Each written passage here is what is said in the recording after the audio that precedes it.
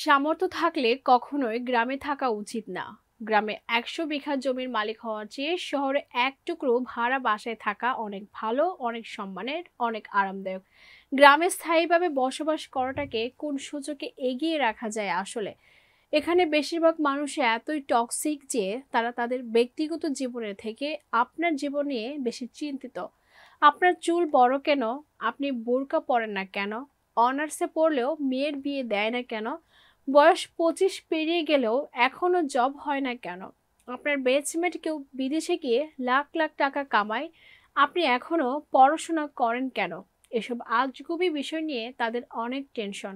মাঝে মাঝে দেখবেন আপনার নিজের ফ্যামিলিও যেসব বিষয় নিয়ে চিন্তিত নয়, অন্যান্য মানুষ এর থেকে বেশি চিন্তিত।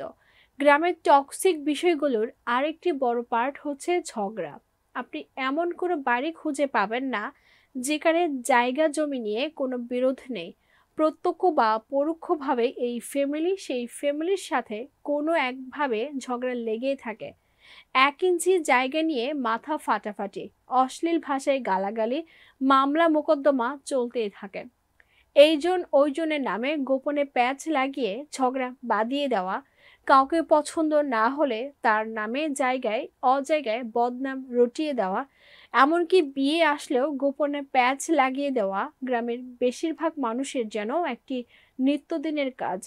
গ্রামের বেশিরভাগ মানুষই এতটা অজ্ঞ যে তারা সফটওয়্যার ইঞ্জিনিয়ার বোঝে না, ইলেকট্রিক্যাল ইঞ্জিনিয়ার বোঝে না, এমবিবিএস ডাক্তারের মানে বোঝে না। তাদের কাছে সরকারি চাকুরি মানে পুলিশ হোক সেটা কনস্টেবল, সেনাবাহিনী হোক সেটা সৈনিক, প্রাইমারি স্কুলের শিক্ষক, এসবই। আর একজন নার্সিংয়ে পড়া স্টুডেন্টকে যেমন ভাবে ডাক্তার ভাবে, তেমনি সরকারি মেডিকেলে এমবিবিএস পড়ুয়া কাউকেও সেরকম ভাবে। তাদের কাছে আপনি সরকারের কততম গ্রেডের চাকুরি করেন তার থেকে গুরুত্বপূর্ণ আপনি প্রাইভেট জব করেন নাকি সরকারি। আপনি যদি প্রাইমারি স্কুলের পিওনও হন, তাও মেয়ে বিয়ে দিতে রাজি, কিন্তু বেসরকারি যত ভালো চাকুরি করেন আমতা আমতা করবেই। তাদের কাছে আপনার উচ্চশিক্ষা গ্রহণের থেকে আপনার সে বন্ধুর দাম বেশি যে এসএসসির পর সৈনিক, কনস্টেবল, বিদেশে বা কোনো কাজে চলে গেছে। আর টক্সিটির সবচেয়ে বিরক্তিকর পার্ট হচ্ছে গ্রামের চায়ের দোকানগুলো।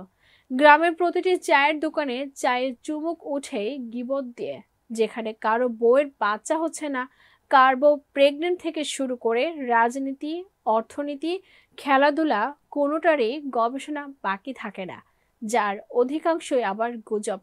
এত সবের মাঝেও গ্রামে কিছু আপনার শুভাকাঙ্ক্ষী থাকে, যারা আপনাকে বুঝতে চায়, বুঝে বোঝার চেষ্টা করে, যারা অন্যের ব্যক্তিগত জীবন নিয়ে এত আগ্রহী নয়, যারা মানে উচ্চশিক্ষা অর্জনের থেকে বিদেশে চলে যাওয়া কিংবা কোনো কাজে চলে যাওয়া কখনোই বেটার অপশন নয়, যারা চায়ের কাপে মিথ্যা আর গিবতের ধুয়ো ওঠায় না, তাদের সেলুট, তারা আজীবন সম্মান প্রাপ্য।